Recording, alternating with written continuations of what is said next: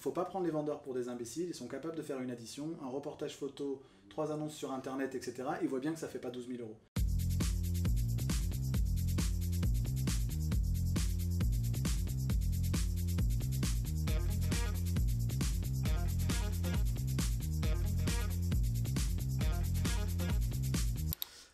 Moi j'avais vu une étude, alors je sais pas si l'étude a évolué depuis, mais les agents immobiliers en termes de notoriété étaient en dessous des taxis. On a vu ce qu'a fait Uber, on a vu ce que les gens pensent des taxis. Euh, c'est pas la sensation qu'ont les gens de ce qu'est ce métier-là. Donc un jeune, quand il se lance dans l'immobilier, il n'arrive pas forcément avec ces notions-là. Et peut-être que la solution aussi, c'est que ces jeunes, justement, viennent avec ces notions-là de la noblesse du métier et surtout du fait que c'est un acteur central dans ce qu'est le logement et le bien vivre et le vivre ensemble à l'heure actuelle. C'est fondamental si on veut que la motivation elle tienne dans la durée en fait. Il y a 3 motivateurs intrinsèques, on le sait, hein, c'est le fait d'apprendre tous les jours, et dans ce métier Ouais. c'est le cas forcément. C'est le fait d'accomplir quelque chose pour une cause qui nous dépasse, et c'est ce qu'on vient de dire, c'est qu'avoir le sentiment d'accomplir un truc pour quelque chose de plus grand que soi, ça permet aussi de tenir dans la durée. Donc c'est vraiment important si on veut que ces jeunes qui rentrent, on parlait hors caméra tout à l'heure du turnover et Exactement, les ouais. écueils quand on démarre dans la profession, c'est que pour durer, il faut être certain que ça va être difficile, c'est vrai, mais surtout que la beauté de ce qu'on fait. Justement, c'est là où j'allais en venir, c'est que on en parlait tout à l'heure pendant qu'on déjeunait. Il y a aussi un autre problème dans l'immobilier, c'est que le sens permet de tenir en fait. Est-ce qu'aujourd'hui on forme suffisamment bien les jeunes, on leur apprend suffisamment bien les choses et les problèmes qu'ils vont pouvoir rencontrer. Alors, encore plus dans les réseaux de mandataires, sans jeter la pierre à personne, hein, mais quand on est mandataire, on est encore plus livré à soi-même que quand on est accompagné au sein d'une agence et on est sous l'aile protectrice, entre guillemets, ça dépend des agences, Ouais. d'un manager.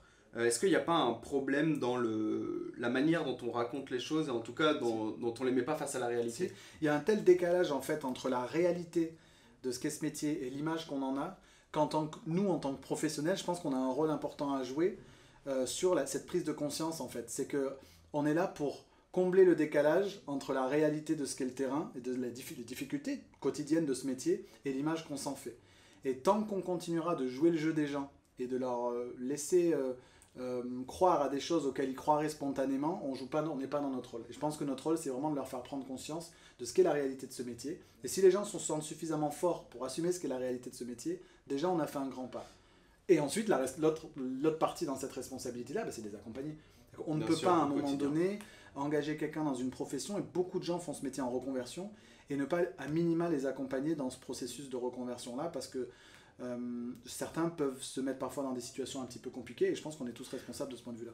Pendant qu'on y est, tu me racontais une histoire tout à l'heure d'une personne que tu avais eue au téléphone qui n'avait pas compris que pendant les 6 premiers mois, elle n'allait pas avoir de rentrée d'argent. Et est-ce que tu peux nous raconter justement un peu ce que tu me disais tout à l'heure et comment tu as vécu les choses en fait, que ça a dû t'énerver, j'imagine. Ouais, en fait, c'est le cas assez typique malheureusement de quelqu'un qui se lance dans ce métier, parfois faute de mieux, faut le dire aussi, et à qui on a promis un métier dans lequel on pouvait s'enrichir facilement, etc., etc., et que j'ai eu au téléphone, parce que j'ai souvent des conseillers au téléphone pour voir si un accompagnement pourrait les aider. Et cette dame-là, quand je lui ai donné quelques pistes sur ce qu'elle pouvait mettre en place, j'ai senti que qu'elle n'aurait pas les moyens d'investir dans ce dans quoi je lui demandais d'investir, et ça m'a obligé à lui poser un certain nombre de questions et d'arriver finalement à la conclusion que cette dame était au RSA et qu'elle n'avait absolument aucune idée que ça allait prendre du temps, qu'elle n'allait pas encaisser d'argent avant quelques mois, et concrètement elle n'avait pas les moyens de tenir. Et surtout qu'il faut investir pour réussir dans l'immobilier. Il y a un investissement en notoriété pour se faire connaître, il y a un investissement temps qui est lié à la prospection, mais il y a aussi un investissement en publicité, en capacité, parce que la prospection ne se fait pas tout seul, il faut avoir des flyers, il faut avoir des outils, il faut avoir des méthodes de prospection, et ça coûte de l'argent. Ouais, et en fait ça pose un autre problème, c'est que bon, bien évidemment on lui avait fait croire en des trucs qui n'étaient pas tenables, donc bon, c'est du recrutement pour du recrutement, donc oui effectivement ça m'a un peu agacé, mais surtout ça vient appuyer sur un grand manque, c'est le fait que beaucoup de conseillers immobiliers n'ont pas de fibre entrepreneuriale. Et ça c'est aussi l'autre problème, c'est que Il faut comprendre que quand on démarre un business, et je suis indépendant, j'ai démarré récemment une activité, mais il y a un moment où il faut accepter qu'il faut investir dans cette activité-là. Tu parlais de temps, mais c'est aussi souvent des moyens financiers. Soit des moyens financiers parce que le temps que le chiffre d'affaires décolle, il faut pouvoir assumer ses charges, soit des moyens financiers pour avoir des outils. Oui, puis il y a un moment pour passer le cap et faire rentrer l'argent, il faut investir de l'argent. Tout bêtement, faire un contrat, un premier contrat, exister juridiquement. Voilà, il y a ça, il y a les investissements marketing. J'aime bien cette idée d'entrepreneur, puisque nous, on considère chez Immobilier 2.0 les agents immobiliers comme des entrepreneurs, que ce soit au niveau du mandataire, que ce soit au niveau du négociateur ou du manager d'agence. C'est un peu des gens qui sont livrés à eux-mêmes, on en parlait tout à l'heure, et donc il y a une vraie notion d'entrepreneuriat, et donc on va en venir à ce deuxième sujet. Tu en parlais tout à l'heure, tu as lancé ton activité. Est-ce que tu peux nous en dire plus sur l'activité que tu viens de lancer, et du coup comment t'aides ces entrepreneurs au quotidien? Ouais, ça fait un peu plus d'un an maintenant, quasiment un an et demi, que je fais du conseil aux dirigeants d'agence, du coaching de conseillers immobiliers indépendants, et puis de la formation présentielle plus classique, dans lesquelles j'essaye d'accomplir ma mission, qui est vraiment de libérer les agents immobiliers de toutes leurs contraintes pour leur permettre de redécouvrir l'amour de ce métier. Tu vois, on en parlait tout à l'heure, c'est un peu ma mission, c'est comme ça que je l'ai rédigé. Et ces contraintes auxquelles les agents immobiliers sont livrés sont des contraintes qui sont temporelles, qui sont organisationnelles, qui sont méthodologiques, qui sont techniques. Demain, peut-être, ce seront peut-être des outils.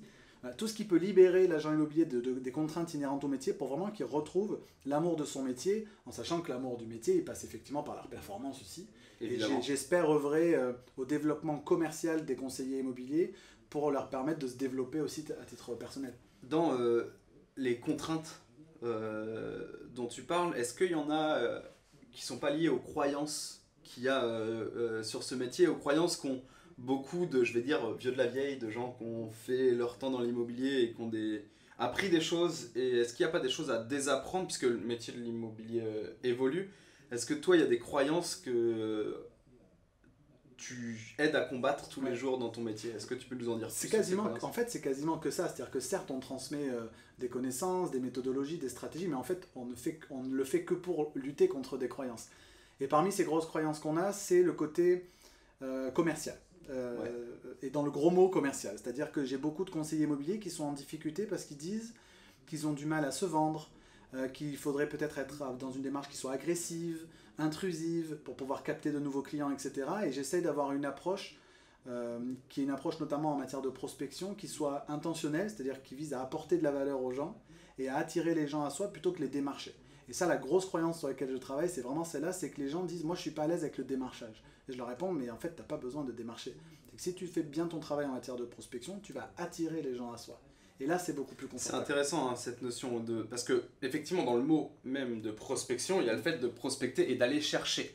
Mais il y a aussi cette notion de prospectus, et donc de donner des choses aux gens. Et au départ, les prospectus, ils étaient faits pour donner quelque chose à un client. Et dans une des formations que je t'ai vu faire, tu parles justement du fait que le meilleur moyen de vendre, c'est de commencer à donner quelque chose à un client avant qu'il ait envie de travailler avec toi. Et c'est cette notion-là en fait de prospection qu'il faut déconstruire pour être plus à l'aise en fait dans la prospection, parce que la réalité c'est que personne n'aime faire du commercial, sauf quand on a un bon produit et sauf quand on a une bonne méthode.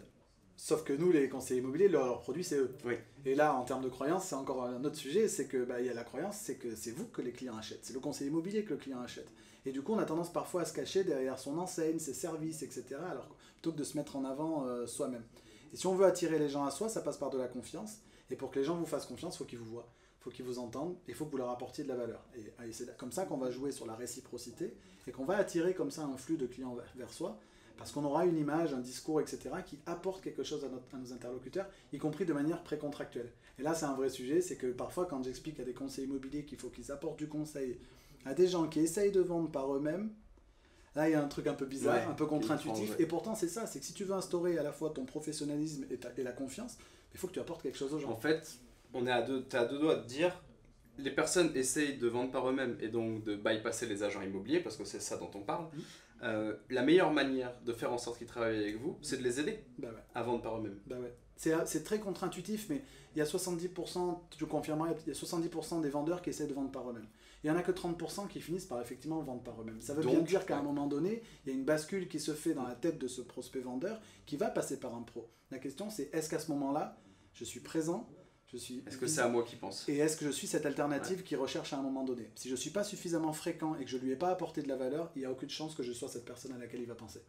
Donc, la démarche est de se faire connaître, d'expliquer les choses, même d'être bienveillant dans sa manière d'accompagner les gens. Moi, il y a une phrase que j'aime beaucoup d'une personne qui travaille chez Immobilier 2.0, c'est « il faut qu'on soit les médecins de ces gens-là, il faut qu'ils aient besoin de nous et qu'ils aient envie de travailler avec nous ».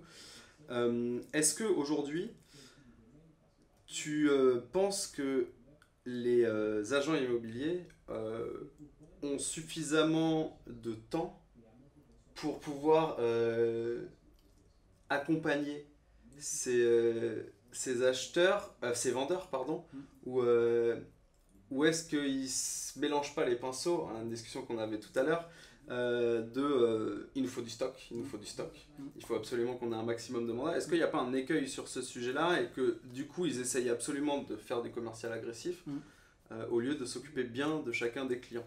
Ce que tu disais dans une de tes formations, non, dans ce midi, pardon, faut se mettre en capacité de pouvoir dire non. C'est ça la prospection. Ouais, Est-ce que tu peux nous expliquer ce que ça veut dire? Ouais, il y a plusieurs sujets dans ce que tu viens de dire. C'est qu'effectivement, la prospection, si elle nous permet de générer un flux constant de rendez-vous vendeurs, va nous mettre en capacité de pouvoir dire non à un client qui n'opterait pas pour la meilleure stratégie, concrètement pour le mandat exclusif, de mon point de vue.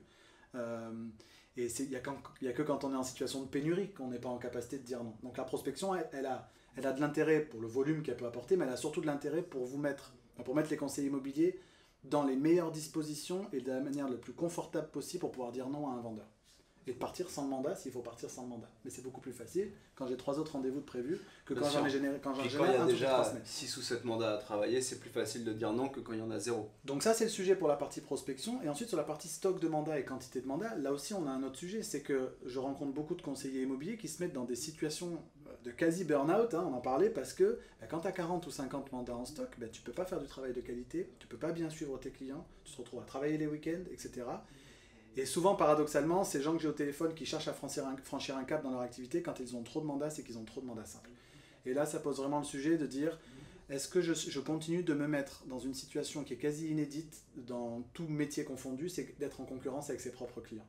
Et là, je ne peux pas accepter qu'on puisse être encore une profession qui accepte de se mettre en concurrence avec ses propres clients. Donc là, c'est vraiment le sujet du mandat exclusif, et on en parlait. Je crois qu'il faut être en capacité de dire, moi, je ne suis pas capable de suivre plus de 10 clients vendeurs en instantané, à chaque instant. Ou 10, ou 12, ou 15, en fonction de la manière dont on a optimisé son activité, etc. Mais je pense qu'il faut être en capacité au moins, à un moment de dire, là, je vais franchir le cap où je ne suis plus capable de bien faire mon travail.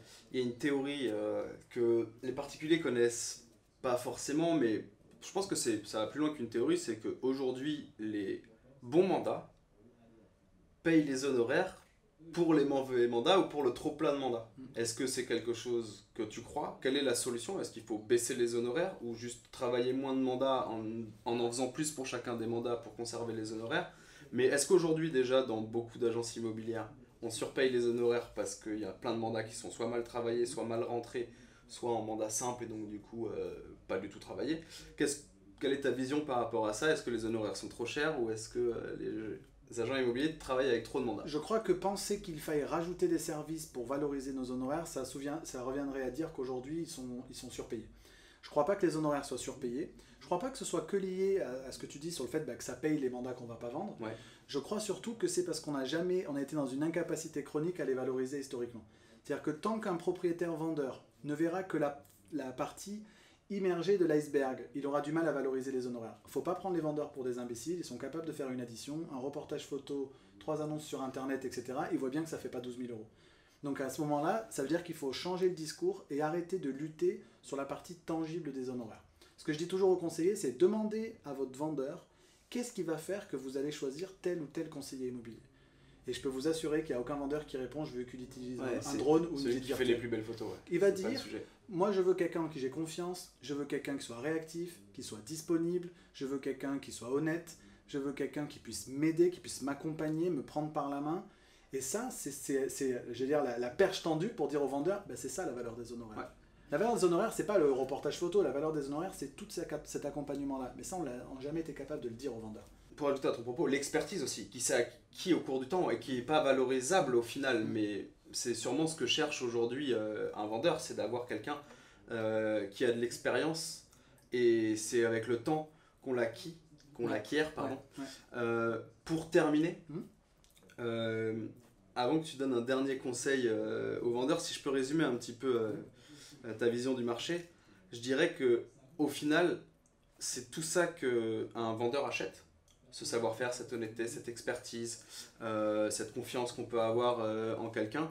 Et du coup, est-ce que les agents immobiliers ou aux agents immobiliers de se mettre en situation de donner ça aux gens avec qui ils ont aussi cette confiance, cette honnêteté, et de le donner à une dizaine de personnes, une quinzaine de personnes, la capacité qu'on a pour pas se retrouver dans une situation de sous-servir des clients parce qu'on en a trop.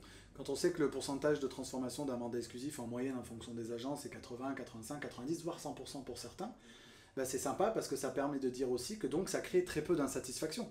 Si j'ai un taux de transformation de mes mandats de 30 ou de 40%, ça veut dire que mécaniquement, il y a une grande majorité des gens que je n'ai pas été capable de servir. Et ça, c'est un truc qu'on ne doit plus accepter aujourd'hui. Et ça dessert la profession. Ça dessert la profession dans son ensemble. Et puis je crois que même en matière d'optimisation de son activité, ça n'a pas vraiment de sens, ça n'a pas vraiment d'intérêt. Donc j'aimerais vraiment que les conseillers immobiliers puissent retrouver, même aussi cliché que ça puisse paraître, vraiment le côté brut du métier en fait.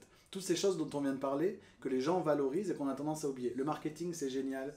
Les nouveaux outils, les nouvelles technologies, c'est super. Mais il faut juste faire attention que ce ne soit pas de la poudre aux yeux, que ça ait vraiment une utilité pour le client final, parce que finalement, ce qui est important, c'est vraiment, je veux dire, c'est l'amour du beau geste, tu vois, c'est vraiment le truc, c'est dire je suis un artisan, je suis un commerçant de proximité, et mon travail déjà, je veux bien le faire, avant de commencer à partir dans des stratégies hyper complexes. Et je pense qu'il y a confusion dans beaucoup de gens qui démarrent dans le métier, c'est qu'on se lance dans des trucs hyper complexes, dans l'utilisation d'outils, alors que c'est pas forcément là que nos clients nous attendent vraiment. On en revient toujours à la même chose, hein. Satisfaire le client. Pas avoir de clients insatisfaits, satisfaire le client et bien travailler. Un rapport d'humain à humain en fait, tout simplement. Merci beaucoup Sébastien. Merci Vincent. On en aura d'autres et à très bientôt. Je vous rappelle Sébastien Tedesco, formateur et coach en immobilier. Merci Vincent. À bientôt. À très vite. Et on a marqué à la craie des mètres carrés en disant ce mètre carré vaut X machin. On a bien sûr mis ça devant des endroits stratégiques des médias et dès le lendemain on était en direct sur France Inter.